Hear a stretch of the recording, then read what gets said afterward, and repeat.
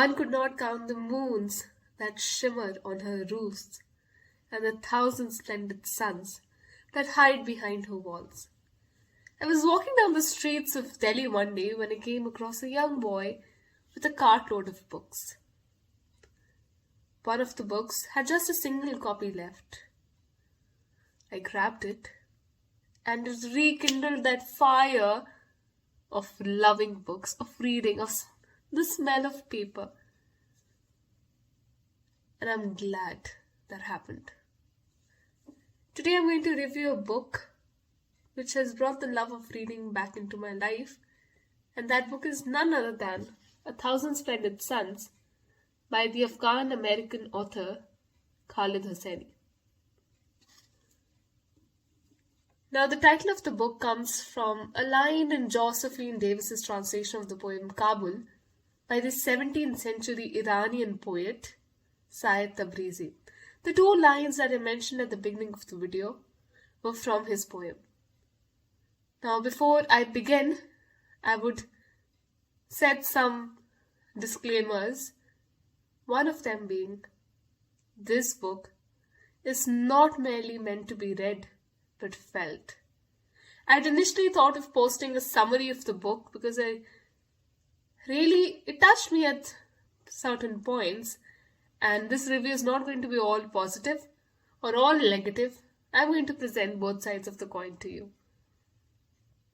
Before we delve further, let me tell you I'm not going to pause this video because whatever is coming out is coming from my heart, from what I have learned from the book and what I'd like to share with all of you.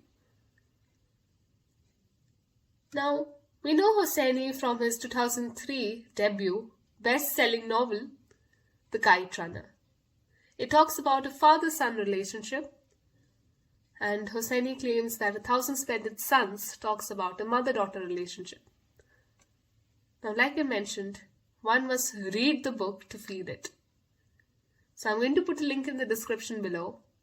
You can get the book from Amazon at a very discounted price. So do check that link out. And do let me know at the end of the video in the comment section below whether you would still like me to get to know more about the story. And I would love to do a summary of it. I would love to talk about it again. Now, I'm going to quote Hosseini and how he came to write about the book. So he says, in the spring of 2003, I went to Kabul and I recall seeing these burqa-clad women sitting at street corners with 4, 5, 6 children begging for change.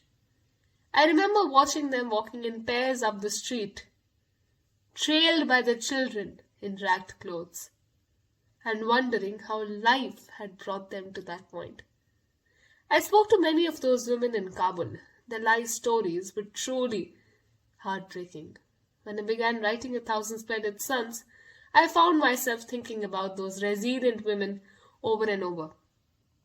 Though no one woman that I met in Kabul inspired either Leila or Mariam, the protagonists of the story, their voices, faces, and the incredible stories of survival were always with me, and a good part of my inspiration for this novel came from the collective spirit. Now I'll tell you how long it took me to complete the book. It took me around 4 to 5 days, because this is a book which cannot be read at one go. At least it could not be read by me at one go, because it touches you so much. It's so overwhelming.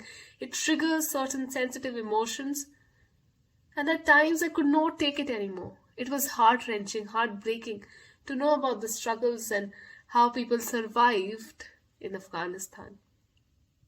I had to put it down because I could not take it anymore. But there were times where you do not get bored and confused. You want it to go on. You want to know what happens. Want to know what really happens at the end of the tunnel. What really is there? Is there light? Is there darkness? And this was a book where every character had a role to play. So I'll tell you some portions on the background in brief. So there is Mariam. The novel starts with Mariam, who is 15 years old, who loves her father, but she is an illegitimate child. She's taunted her entire life for that fact. that she had a mother who was not married. Her mother dies when she is 15 years old, and she is married off to Rashid, who is 40 years old.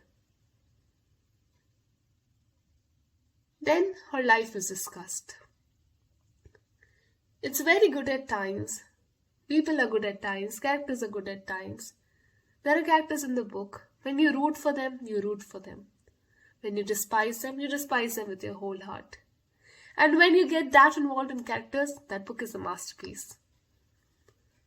So Mariam goes about her life. She has 5-6 miscarriages. She loses count.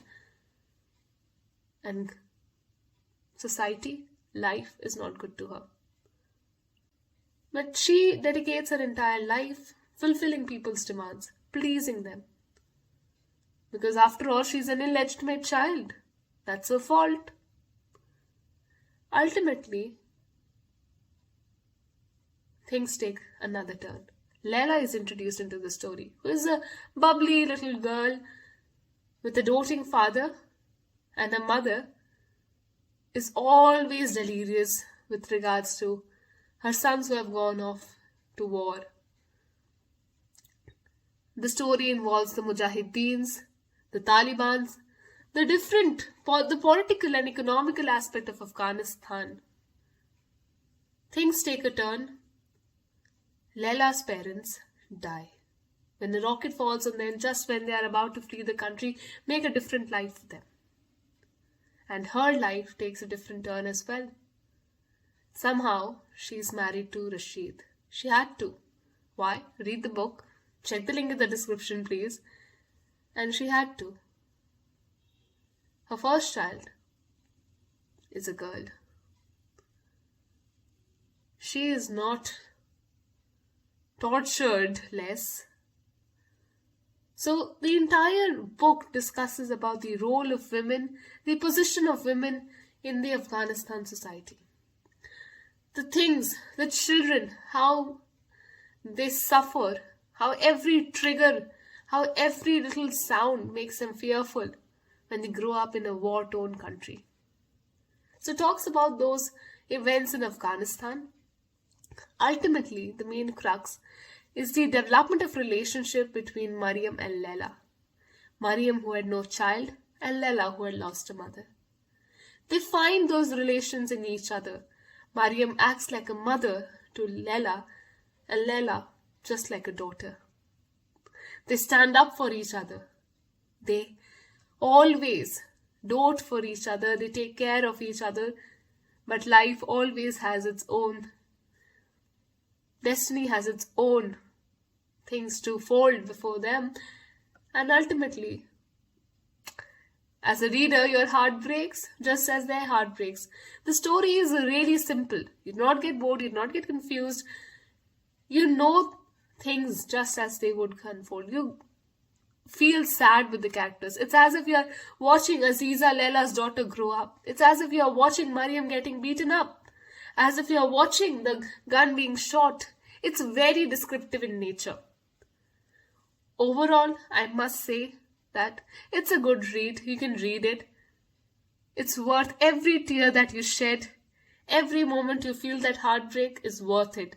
Because this is a situation that is taking place in a faraway country. It might not be relatable to you, might not be understandable to you. But Khaled Hosseini, I think, has tried his best to make the topic approachable, to make you understand the situation that is prevailing in the country.